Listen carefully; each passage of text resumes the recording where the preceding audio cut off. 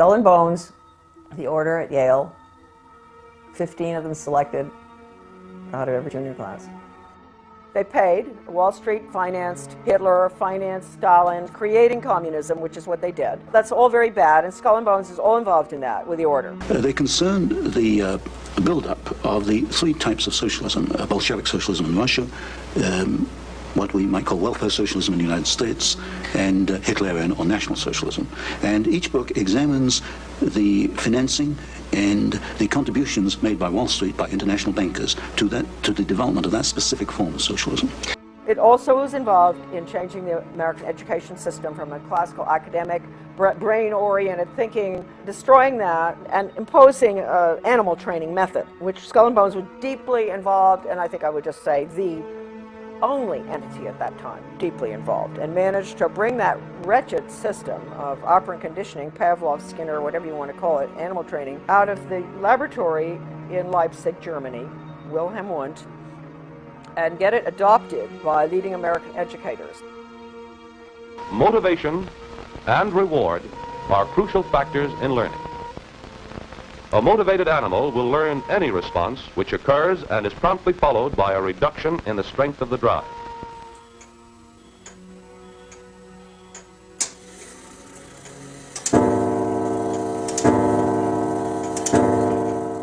My father and grandfather were members of the order. Skull and Bones was put together by William Russell in 1830, secret society at Yale University. And the connections with Germany are pretty extensive.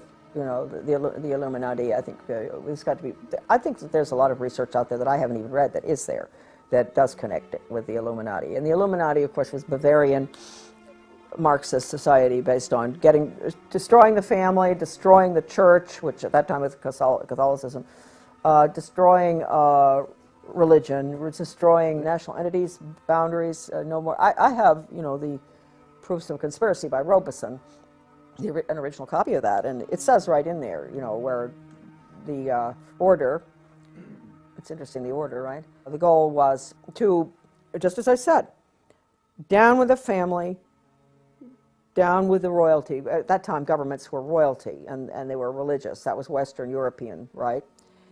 Down with nationalism, get rid of countries, drop borders, drop borders. I mean, and people think that that's new. The Illuminati order, this is Skull and Bones, see? The Illuminati order documents show that Raphael in the Illuminati is identified as the same professor Karl Casimir Wundt. This is fascinating. Kirchenrat Karl Casimir Wundt, the one we're talking about, was professor at Heidelberg University in the history and geography of Baden, this town, and pastor of the church at Weibelingen, a small neighborhood town. So Wundt was connected with the Illuminati, his grandfather. Well, this is the background of Wilhelm Maximilian Wundt, who really trained the American educators in the behavioral psychology, stimulus response training type of Skinner, operant conditioning, bells, whistles, all that stuff, which does not teach, it trains for the workforce. Now, this was, the order at Yale was directly connected with Wilhelm Wundt. They sent educators over there to study under Wundt. Stanley Hall was the first one to go. This is so important, this stuff here. The Hegelian influence on Hall. Between 1870 and 1882, a span of 12 months, Hall, the American, there's a lot of information on him here too, but I won't go into it. He was connected with Skull and Bones prior to going over. They probably sent him over. Spent 6 years in Germany. And he says, I do not know of any other, this is Hall talking, any other American student of these subjects, philosophy and psychology, who came into even the slight personal contact it was my fortune to enjoy with Hartmann and Fechner. They were psychologists over there as well. Nor of any psychologist who had the experience of attempting experimental work with Helmholtz. And I think I was the first American pupil of Wundt. Now, Wundt is the one we're dealing with, Wilhelm Wundt from Germany. He had the first laboratory, and people think that American psychology and all was, the psychologist studied under Pavlov, that Pavlov was the first. No. Pavlov, interestingly enough, studied under Wilhelm Wundt. in Leipzig. The 12 years included in this span as an American pupil of Wundt, more than any other equal period, marked and gave direction to modern psychology. Wilhelm Wundt, 1832 to 1920, professor of philosophy at University of Leipzig, was undoubtedly the major influence on G. Stanley Hall, who was subsequently, who trained, you know, all the others, Thorndike, Dewey, and all of them, okay? And he was sent over, Hall, it appears that he had a lot of connections with the order at Yale, and that's why he ultimately ended up going to Leipzig. Modern education practice stems from Hegelian social theory combined with the experimental psychology of Wilhelm Wundt. The Hegelian theory, you know, create the problem, people scream, impose a solution type of thing. And no right, no wrong, too. Whereas Karl Marx and von Bismarck applied Hegelian theory to the political field, it was Wilhelm Wundt, influenced by Johann Herbart, who applied Hegel, the Hegelian dialectic, to education, which in turn was picked up by Hall and John Dewey and modern educational theorists in the United States. That's to create the problem and people scream, impose a solution. That's the Hegel. Wundt is the animal training method that bypasses the brain. Wundt is important in the history of American education for the following reasons. He established in 1875 the world's first laboratory in experimental psychology to measure individual responses to stimuli. 2. Wundt believed that man is only the summation of his experience, the stimuli that bear upon him. It follows from this that for Wundt, man has no self-will, no self-determination. Man is in effect only the captive of his experiences, a pawn needing guidance. 3. Students from Europe and the United States came to Leipzig to learn from Wundt the new science of experimental psychology. These students returned to their homelands to found schools of education or departments of psychology and trained hundreds of PhDs in the new field of psychology.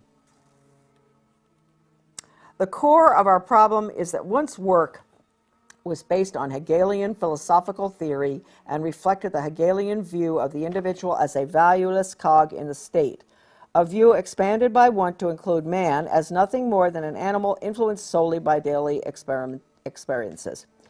This Wundtian view of the world was brought back from Leipzig to the United States by G. Stanley Hall and other Americans and went through what is known among psychologists as the Americanization of Wundt.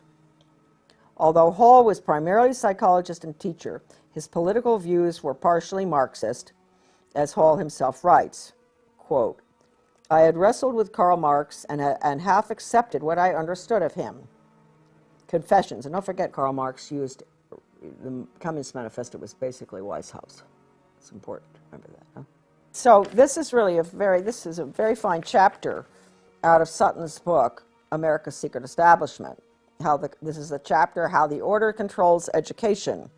And I want to point out that nobody but Sutton in the writings on the order has ever really dealt with education. Sutton saw the importance. I mean, he'd been doing all the work on our, you know, aid to the Soviet Union on technology and all for the Hoover Institute. But he really, he's the only one who ever connected the order with education. Yeah, you know, even this great book that we've all, that Sutton Leipzig Connection, this great book, I don't believe that Paoli Leone understood the connection with the order either. He wrote about Wundt. It's a fantastic little book. You couldn't get it. The viewers can get this book. I think it's, you know, there are a few very important books on education. I'd say that this is the #1 book on education that's ever been written, this little book. And I think Anthony Sutton agreed because he got a lot of his work in his book on the order from the Leipzig Connection as well. If we want to start with the condition of the average American right now, who has been conditioned by the television and in the schools and pretty much in daily life, you know, with the community councils and all, it goes away from the individual. Everything is to get, well, John Dewey said it, we have to get rid of the individualism. Everything goes towards the collective, the group. And ever since the early 60s or 50s, they've had the training sessions going on. They started in Bethel, Maine, National Training Labs, to use sensitivity training to bring people together in groups, and they'd all spill their guts about everything. And once you've done that, you're dependent on that person, right? Because they know everything about you. So this is the way you form the collective. It really is very interesting, the sensitivity training, how it works. And it says right in the original documents that it's Chinese communist thought control. Well, Americans have been exposed to this now, you know, certainly since World War II. And they've become little collectivists, really, groupies. They think that way. Anybody who thinks as an individual really is looked at askance, you know, strange person, you know, having an opinion that is opposite to what I've heard every night on the TV or in school or in college. Strange person, these individualists, huh? So that's what we're looking at now. We finally, this is very interesting right now. I mean, talking about the Rockefeller Foundation, the General Education Board of Carnegie, you have, this is the chart showing that the University of Chicago, the School of Education, which had John Dewey and Charles Judd were there. Columbia University Teachers College, John Dewey Thorndike, who had his pet chickens that he trained, James E. Russell, and then James McKell at in the Department of Psychology at Columbia. All of those were all funded, and Hopkins Medical School, by Rockefeller Foundation's General Education Board and Carnegie Foundation. Now, when you think back to everything I've been talking about, the Carnegie Conclusions and Recommendations to change the American education, 1934, to change American education from the standard, you know, classical education that we have, basically to outcomes-based ed, because Carnegie, after they wrote that nifty little blue book that outlines a socialist America, using Carnegie's views, they had something called the 8-year study, the Carnegie Corporation, which we didn't realize until I read something in the Education Commission of States used to have, or still does, maybe in Denver, has a newsletter. And I was reading it one day, and at the bottom of the page, I just saw something, and it said, OBE is simply because we were fighting OBE, outcomes-based education, performance-based education for workforce training, performance. And I turned the page, and I said, it's just a rerun, virtually, of the Carnegie Corporation's 8-year study in the 1930s. And I went, what? And then we went, and we got the whole 8-year study out of the University of Georgia Library, because the editor of my book lives in Athens, Georgia. And we got the 8-year study. And the 8-year study actually is what they're putting in right now. It's the no grades. It's removing the Carnegie unit, which requires the old Carnegie unit. You guys went through it in school. You know, we all did. 4 years of math, 4 science, 4 English, 4 history, whatever, in order to graduate. And all of that has been removed now because the student is not focusing on intellectual endeavor. It's workforce training. And so they're taking those years away, and they're taking ABCD grades away. They're taking kindergarten 1, 2, 3 through 12 away. And the whole thing is an open system where the child proceeds at his own pace and has his own test. He's not being compared against anybody else, no competition, because he is the cog in the wheel. He's being trained for the state and the corporations, not for his own upward mobility. Forget classical education. That's what they're putting in right now. They're calling it Reinventing Schools Coalition. And interestingly enough, why I should be living in this small town of Dresden, Maine, where it's one of the pilots, one of the few in the country for it. I went over and I found out about it. Their whole goal was to turn education on its head into training, which is exactly what they want to do, because if you take the Carnegie's little conclusions and recommendations for the social studies, forget social studies, okay, I don't know why they call it that really. It was really conclusions and recommendations for the destruction of American education, that little book. By putting that new system in, and the very people who signed off on their report were involved in all of this, Columbia.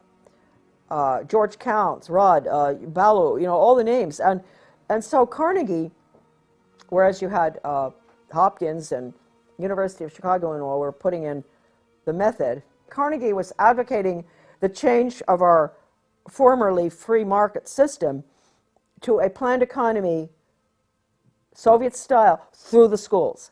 That's the little dark blue book, Conclusions and Recommendations.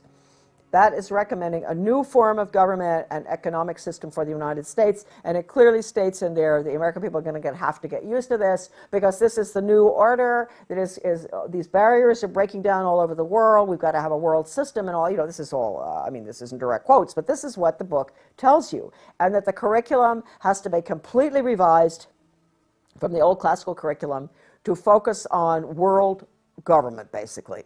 That's that little 1934 book. So at the same time, you had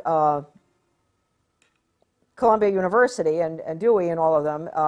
Dewey had, a lot of them had been to the Soviet Union, George Counts, and they were just saying, this is the most wonderful system, blah, blah, blah. Well, I think Counts recounted or recanted sort of at the end. I think he realized, because things were getting pretty brutal in the 30s under Stalin. It was pretty hard to defend the system.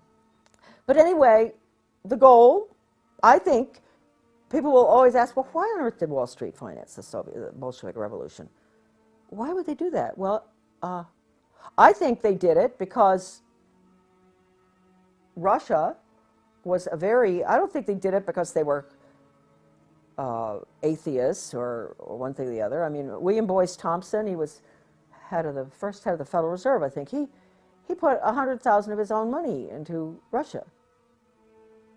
I think it was all greed, personally. I think that's why they initially started supporting the Bolshevik Revolution. I think they wanted to be in control of the natural resources.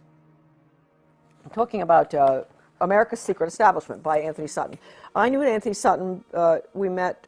We both were working on U.S.-Soviet policy. I used to be in the State Department, so I was interested in that too. But one day, he said, I'm interested in the influence of the order at Yale. And I said, oh, you are? And interesting enough, I had just the day before received the copies of the membership in 3 or 4 little books. They're actually, we can take pictures of them if you want. I have them. And he said, you have the membership list? And I said, yes. And he asked me to send it to him, and I did. He promised he'd get them back, which he did. And he told me, he said, Charlotte, I've been doing research for the Hoover Institute for several years on U.S. aid to the Soviet Union and wondering, what on earth are we doing? Why are we building up our enemy? I just couldn't understand it. And he said, when I put all those names on the membership list that you had out on the dining room table, all of a sudden everything made sense.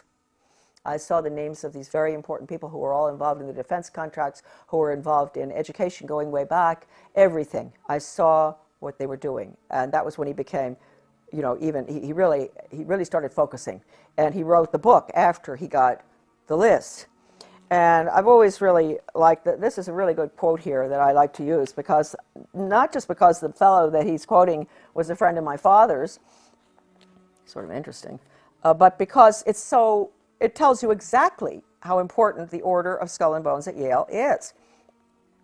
People say, oh, it's a little boys club, and they ignore it. They ignore the fact that John Kerry and George Bush were both running for president. They didn't, isn't this sort of weird that out of an organization that has a maximum, I don't know how many, maybe 12,000 members or less, since its creation, I don't know how many there are, that we would end up in a country of, how many million are we?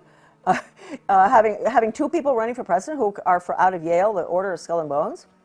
That just doesn't make sense. So anyway, this is a quote that he has. This is from F.O. Matheson, who was Skull and Bones, 1923, and my father was too, to Donald Ogden Stewart, Skull and Bones, 1916, an older guy. In regard to Matheson, they called him Matty's upcoming appearance before the House Committee on Un-American Activities. So he's writing to his other Skull and Bones buddy, soothing his concerns, saying, don't worry, we'll make it. We're going to get by here. We're going to get our agenda in, basically. So Matheson says, quote, as long as we have somebody from Bones, himself, right, who can bring pressure on the committee, I should think we'll be all right. So that's a very important quote. Now, Sutton goes on here, and he says, for over 170 years, these people have met in secret.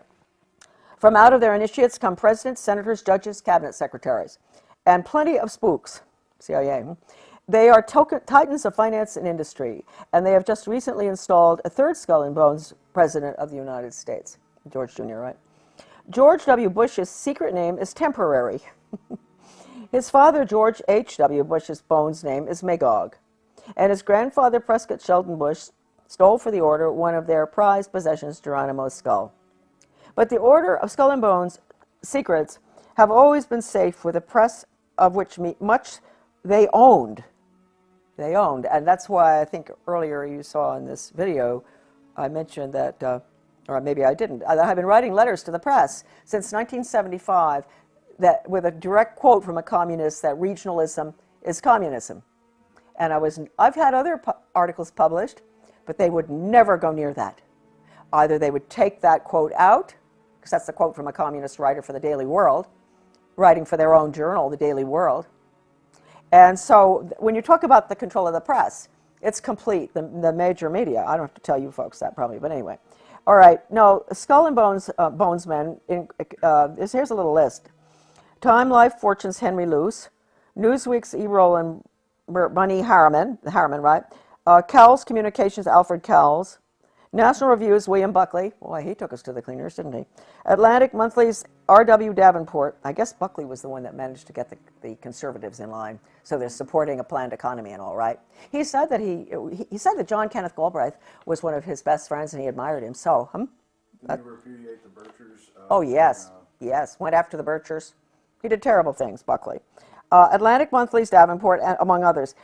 If the order is mentioned in the establishment press at all, Bones is defined as just a staid wayside for students. Its glory faded.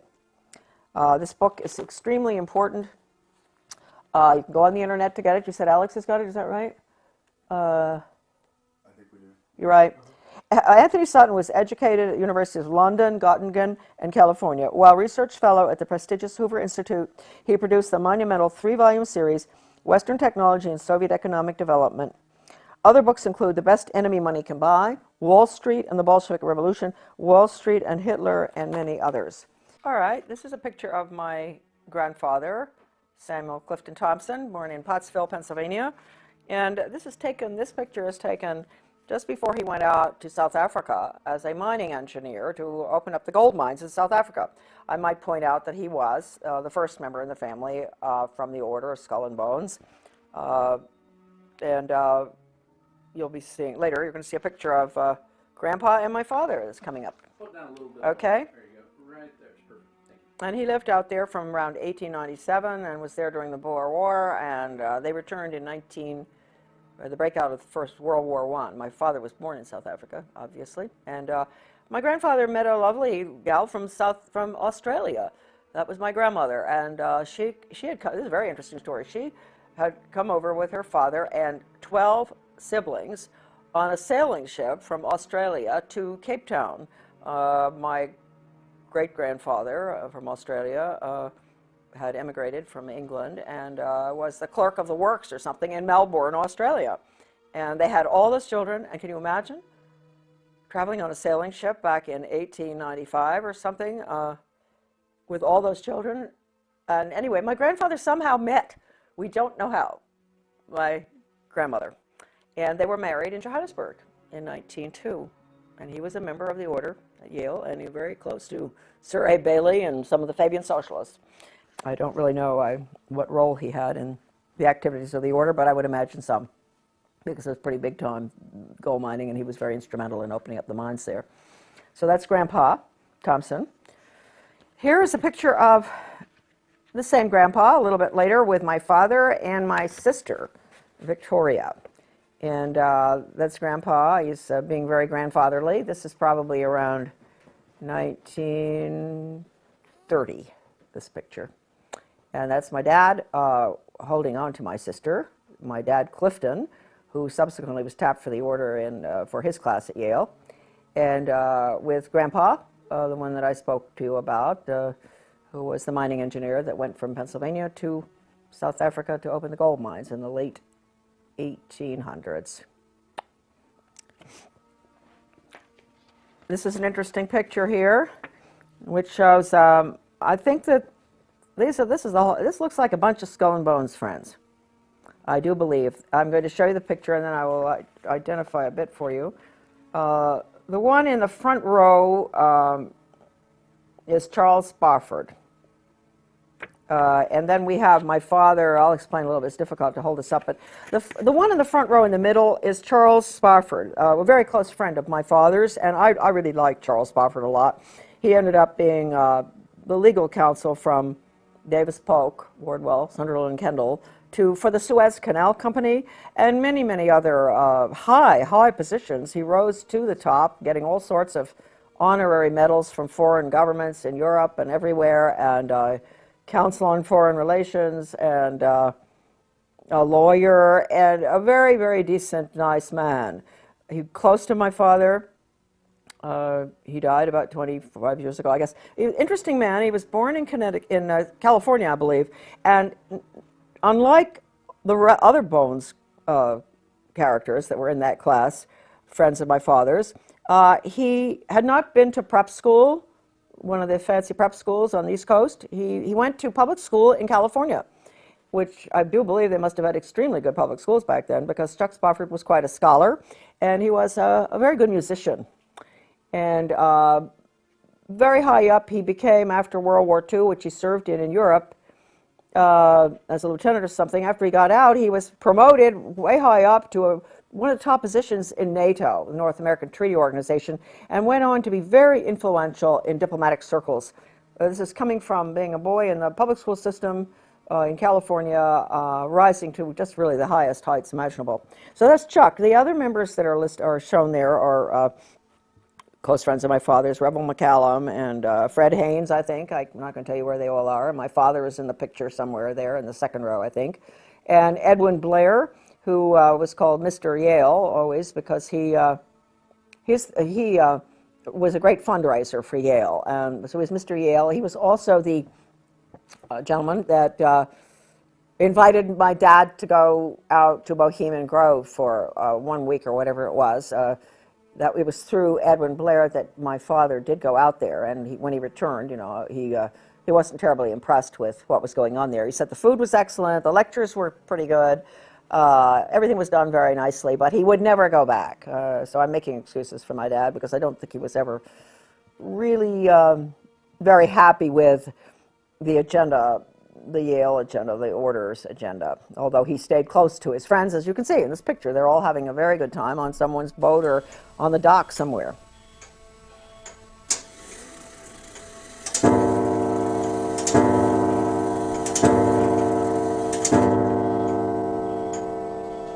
This is the Skull and Bones grandfather clock.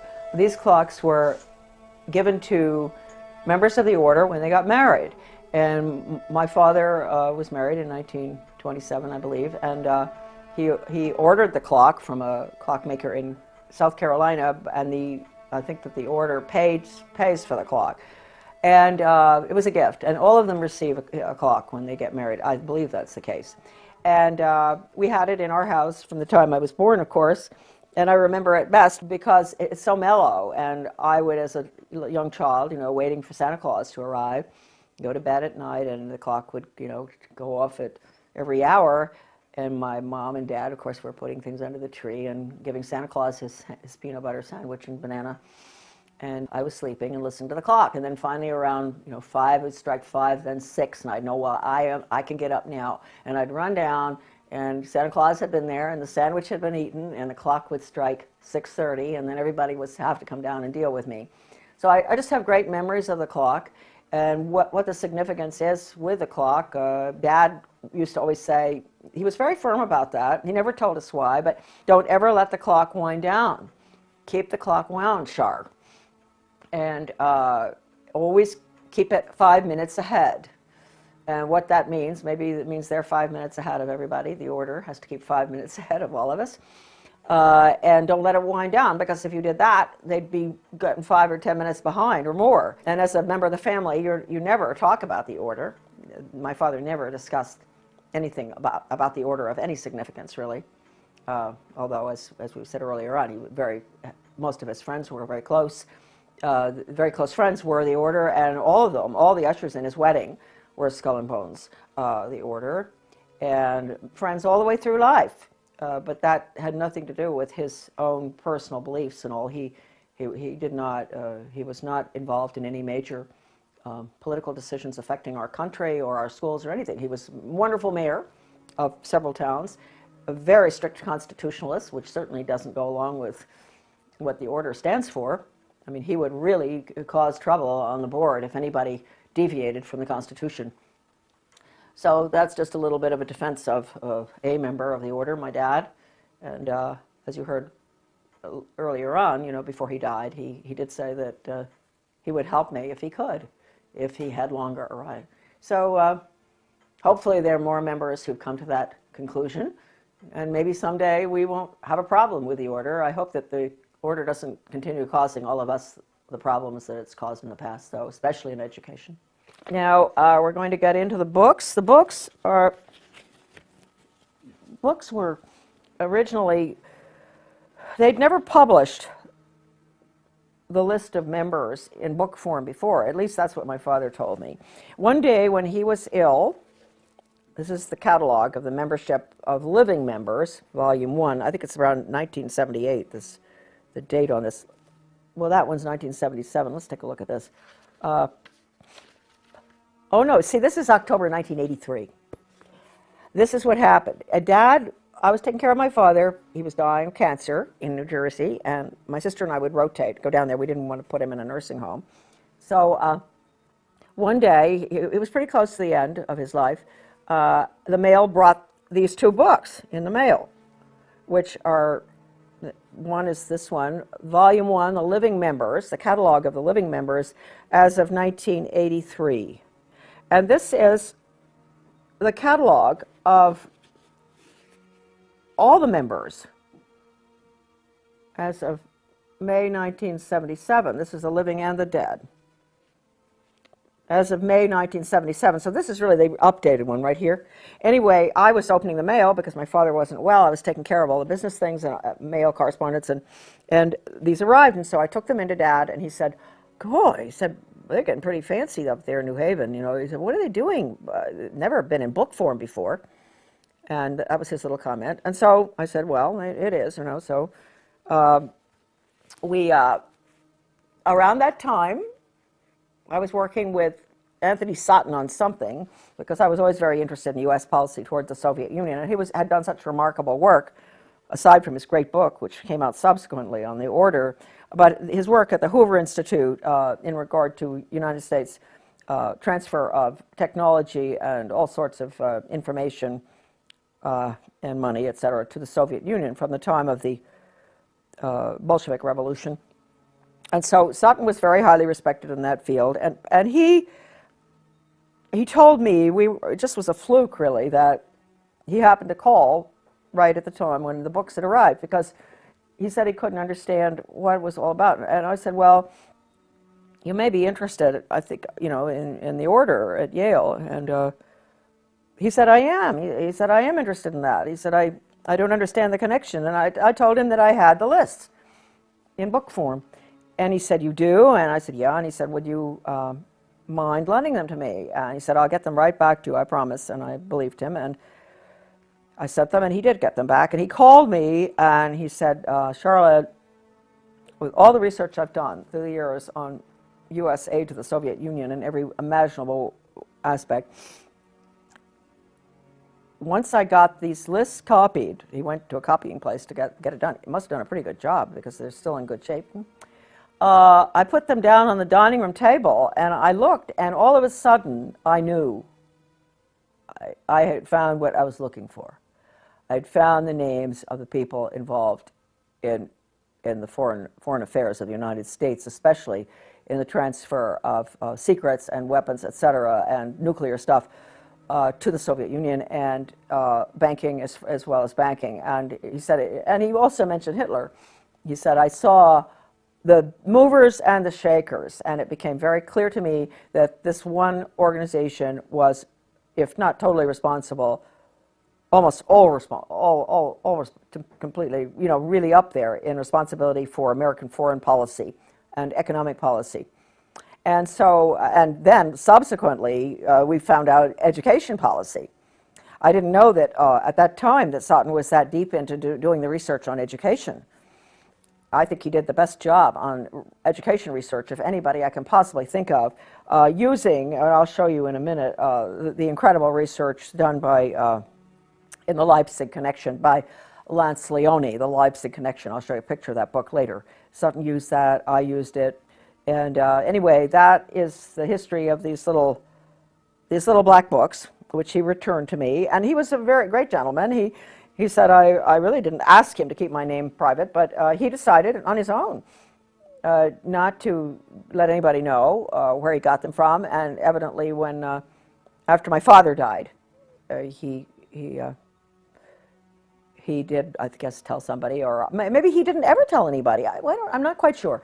I told people. I didn't really care, you know. But I do want to point out right here, at the end of my father's illness, before he died, because he had heard me discussing foreign affairs and education, especially with Phyllis Schlafly, who was putting together the book Child Abuse in the Classroom, which is a great book for parents out there watching if they want to really find out all about truly documented programs that were used in the schools between 1965 and 1985, when we had the Protection of Pupil Rights Amendment hearings. The documentation is in that book, Child Abuse in the Classroom, which is at AmericanDeception.com. A marvelous book. And Phyllis and I, at this time, when I was taking care of my dad in 1984, were talking on the phone constantly about what was going on with global education, all the horrible values-destroying programs, role-playing, psychodrama, the worst stuff, death education, survival games where the kids have to decide who's going to be allowed in the lifeboat and who isn't, depending on what your category is in life. This stuff, my father was listening from the other room, because we had him downstairs in a room next to the kitchen so that we could take care of him. And so he must have had some, I mean, I think I brainwashed him. I think I brainwashed my father at the end of his life, because a week before he died, he looked at me. First of all, I said, did he want to read the New York Times? He was not, he really was at the point where he didn't read much. And I gave it to him, he just threw it on the floor. He was lying in bed. He threw it on the floor and he said, you know, if I had more time, I'd help you. So that was really wonderful, you know, that at least I feel at the end of his life, at least he understood his daughter. That was nice to know. He was to say to me, Shar, you're a very good writer, but I don't know whether I like what you write about. And I thought, well, that's a compliment from you. You're a good writer, too, and a speaker. He was always a very fine speaker. But I thought, okay, I've come a long ways. He thought I was a good writer, didn't like what I was writing about or what I was saying. And then finally he said, you know, if he had more time, he'd help me. So you can say that I'm not making excuses for Skull and Bones members, but you could say that a good percentage of each class is really quite innocuous, even though they may still go to the island, you know, where they have the camping and all that, and Dad did that. And even though they may be bound to vote for the Skull and Bones candidate, like my father always voted for Bush, and my mother was a Southern conservative who would vote for Barry Goldwater, or make a mistake like I did and vote for Reagan. So their votes always canceled one another out, because Dad would have voted Skull and Bones candidate no matter what. Maybe they take a pledge or something, I don't know. Let's go for Dad. Thompson. I think I am even mentioned in this evil little book. Yes, I am. Thompson, 1924. There's Thompson. There's Thompson in 1924, and you will see there where he was born and where he went to college, that he was married to my mother, that he was mayor of several towns. He was a very civic-minded person, and everybody loved him. He always got elected. The most generous person on earth that ever existed. If anybody had a problem, you know, he'd be right in on that, offering to help out no matter what. And he was a vestryman at the Episcopal Church, and I don't know what else Dad was, except he was the order at Yale. Anyway, did you get that picture okay? I did. I can even see your name on there. Oh, good. So it says 1924, law retired, born January 3rd, 1903, Johannesburg, South Africa, where he resided, Moseley Road, Far Hills, New Jersey, worked at Appleton, Rice & Perry, New York, counsel and director, SEBA Corporation, 4664, mayor, Sands Point, New York, 40 to 47, member, Township Committee, Mendham, New Jersey, 61 to 71, married June 4, 1927, Charlotte Dyer, and daughter, Victoria Romig, and Charlotte, my goodness, my name is in the Skull and Bones little black book of members. I didn't even know that, huh? Well, good for you, Charlotte. I wonder what they say about me. Oh, they're so all to themselves, they probably don't even know about me. They probably don't even know about Dad anymore. So now we have, oh, this is an interesting one here. Oh, look at all these bushes. Bush, bush, bush, bush, bush, bush. How about it? Let me give you a, there we are, look. Bush, 1948, George Herbert Walker. Well, we're going to, oh, my representative to the UN, Chairman of the Republic. This is a good one. George Herbert Walker. Born in, he must have graduated in 1948, right? And born 1924 in Milton, Massachusetts, director CIA, Washington, D.C., residence in Washington, and president and chairman Zapata Offshore Company, 58 to 66, member of U.S. Congress, 67-70, U.S. permanent rep to the United Nations, ambassador, 71 to 72, chairman, Republican National Committee, 73-74, boy, he doesn't give up, does he? Chief U.S. Liaison Office, Peking People's Republic of China, 74-75, lieutenant, junior grade, U.S. Navy, 42-45, 3 air medals, married January 6 to Barbara, 1945. Children, George W., 1968, John E., Neil M., Marvin P., and Dorothy. Yep, okay. Then we have, George Jr., 1968, born, that was the class. He was born in 1946 in New Haven, resides in Houston, Texas. That's all they have for him. Oh, this is an old book, see? Yeah, okay. Then James, I never knew about James, did you? Yeah, he's the brother. Well, I've heard about him. Okay, and I knew about the girl. Yeah. Bush, 1953, Jonathan. Oh, I knew about him. He used to park his car in our garden in Camden before he would go out on sailing trips. Somehow we must have met him. He was very nice, Jonathan. Yeah, he'd be gone for about a month on the island, whatever island, Vinalhaven or one of them, and he would leave his car in our garage or in our parking lot. And he was a rather nice guy. And then we have Prescott in 1917. That's the year for him. That's important. He was born in 1895. Columbus, Ohio. Died in October 8, 1972, New York, New York. Greenwich, Connecticut Republican Town Meeting, 32 to 52, moderator. Yale Corporation, 44 to 58. U.S. Senator from Connecticut, 52 to 63, that was a long time. Formerly partner Brown Brothers Harriman, see, you got all that. And in August 6, 1921, Dorothy Walker, married Dorothy Walker, and their children were George, Jonathan, William, and Nancy. Okay, that's that. That's the Bushes. We could go through a lot of people. You know what's interesting? Let's just take a look here. We're in BU. Let's take a look at Buckley, huh? The great leader of the conservative movement, huh? Buckley, William Frank. He graduated in 1950. This is the guy that was put up there as a good, a friend of the socialist economists.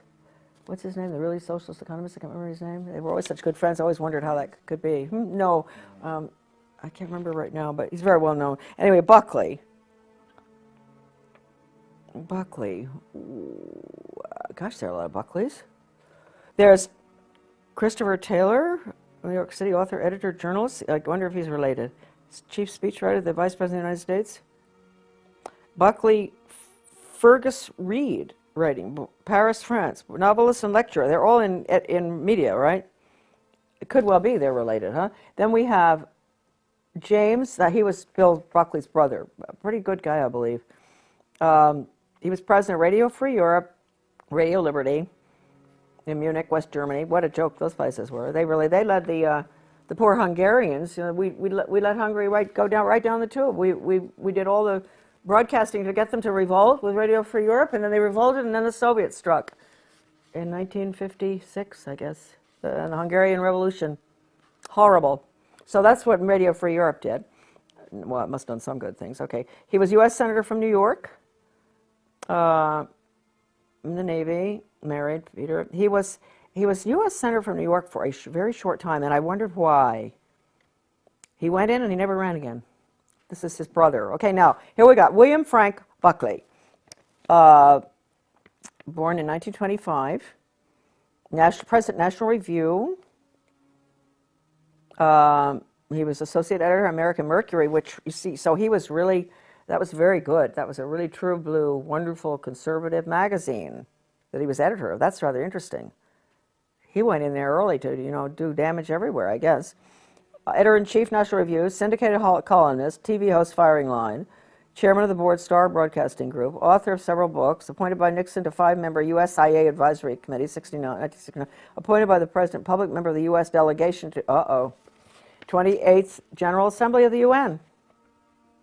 Host of PBS Great Performances, Brideshead Revisited.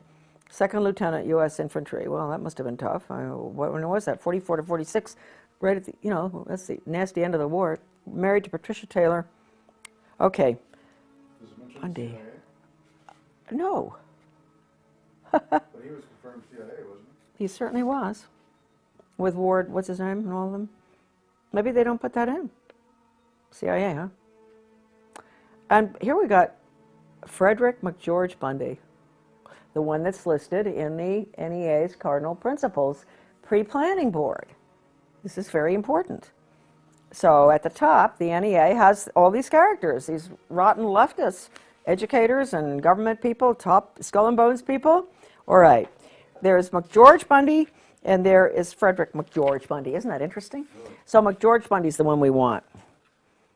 His brother was the other one. Is that something? 2 brothers were of the order at Yale. This is sort of fascinating stuff. And then William Bundy. All right, McGeorge Bundy. And remember that he was listed on the NEA's Cardinal Principles Revisited, 1976, which was the total international world government document, education for world government, basically. He was listed with all the rotten educators, Theodore Sizer, everyone you could imagine. And anyway, here we go. And Rockefeller, David Rockefeller, which makes one ask at the top of the NEA, how many teachers know that the NEA at the top is allied with the Rockefellers and the insiders and the establishment and the very people that everybody will tell you the NEA abhors. So anyway, here we go, McGeorge Bundy. Born 1919, professor of history, NYU. Lived at 133 East 80th Street, New York. They all have good addresses. Lecturer, associate professor of government, dean of faculty, arts and sciences, 53 to 61 at Harvard. Arts and sciences, that's interesting, huh? Special assistant for national security affairs to President Kennedy and Johnson, 1961 to 66.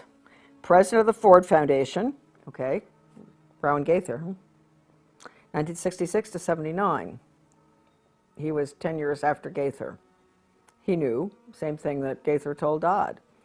Captain United States, 1942 to 1946. Can you imagine? They were really in nasty wars and all. Maybe that's what caused them to be so world government oriented. I don't know. Well, they learned it at the order at Yale, I guess. Okay, nothing more of interest there. Married to Mary Lothrop, the children and all. And William Bundy. Okay, this is another one. This is the other one that's important. Journalism. This has got to be his brother. Editor, Foreign Affairs. Okay, CFR. Yale Corporation, Covington Burling Law Firm. He's a very important one, this one. Columnist, Newsweek. Staff Director, President's Commission on National Goals.